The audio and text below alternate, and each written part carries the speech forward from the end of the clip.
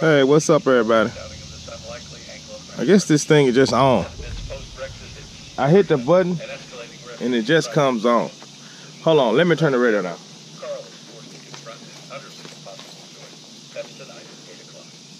Whew. Listening to some NPR. I wanted to tell you this. Last week or two ago was the 4th of July, Independence Day.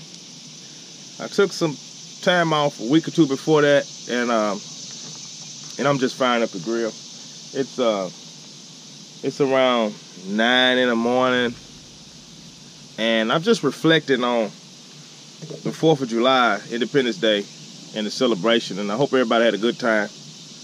But I want to talk about this. You know, you go to work 9 to 5, you do your job, you work. We have to earn money, everybody does. But you have to sometimes think about it like this.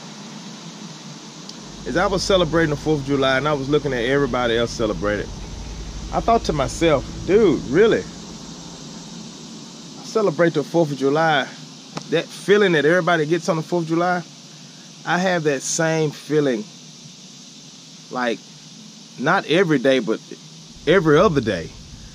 3 times a week, at least twice a week.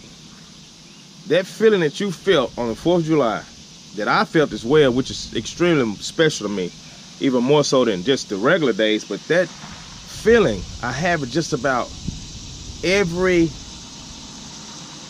other day.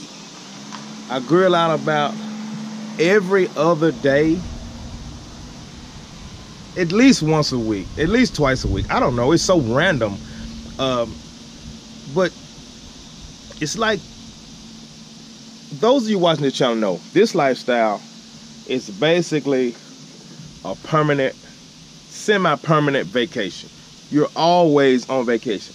That camping experience, I fell in love with it so much that I said, I gotta do this. Like, it can't be on occasion, it has to be all the time. I have to have this feeling all the time.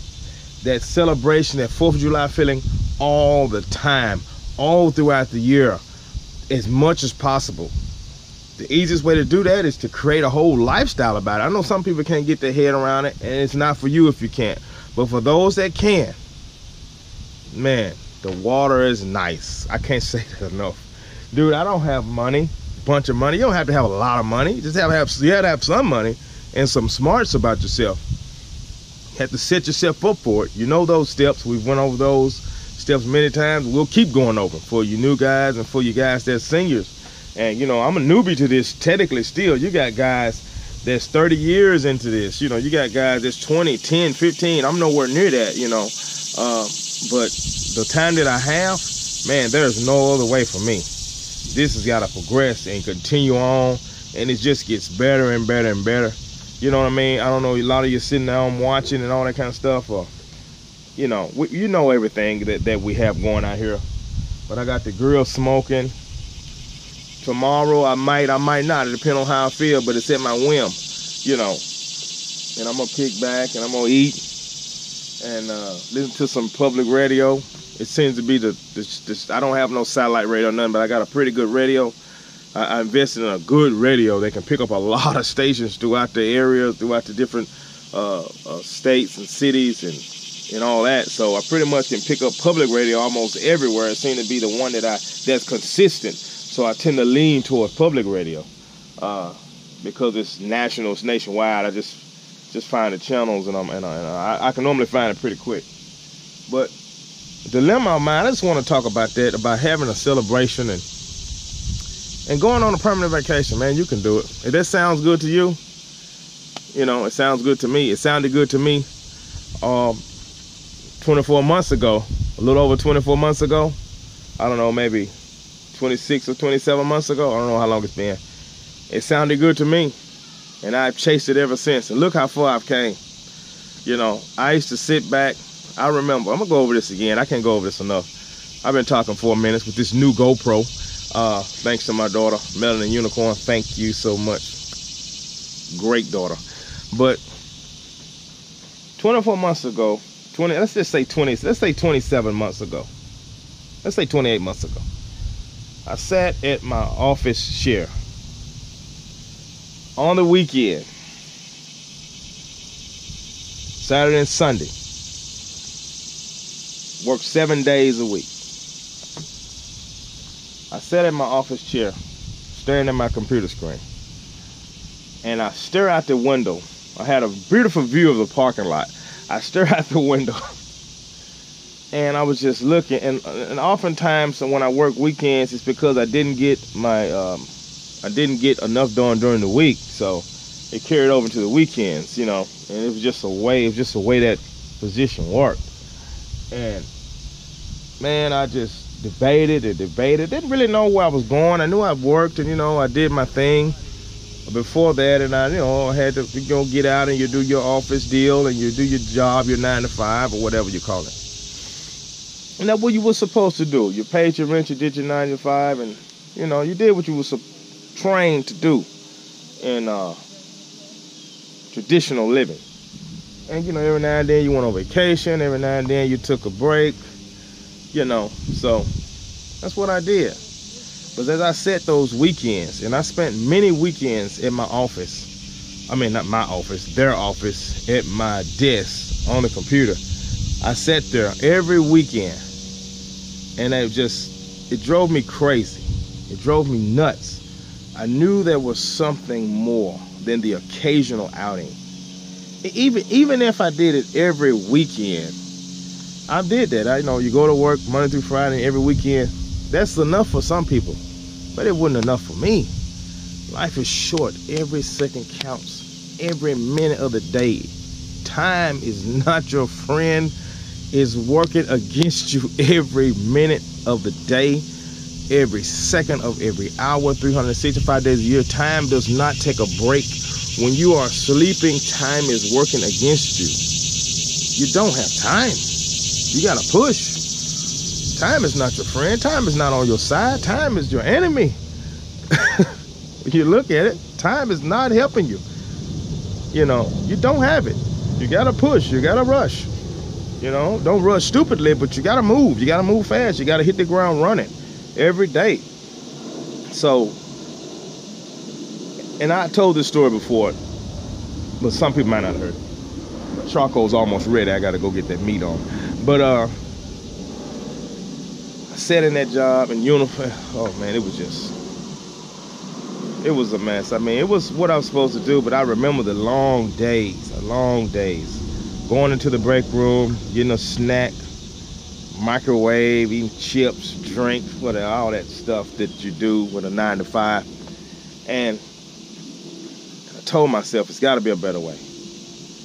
And I basically asked God, show me a way, show me a better way. This is not it. This is not for me. I don't know what to do.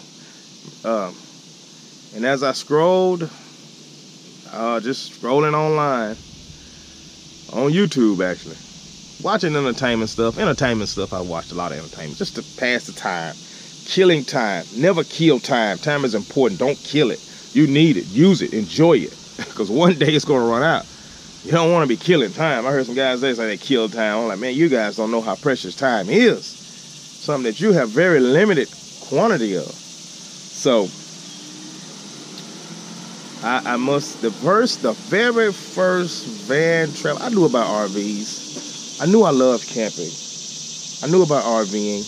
I had a travel trailer once. Used it on occasion, 9 to 5. Used it every now and then, twice a year. Paid for storage the rest of the year. You know, had a big truck that could pull it and all this kind of stuff. So it was a Dodge, actually. A big Dodge Ram. Ooh, it drank some gas. Anyway, it's really pulling that trailer. But as I sat there, I'm like, I need a way. I need a system.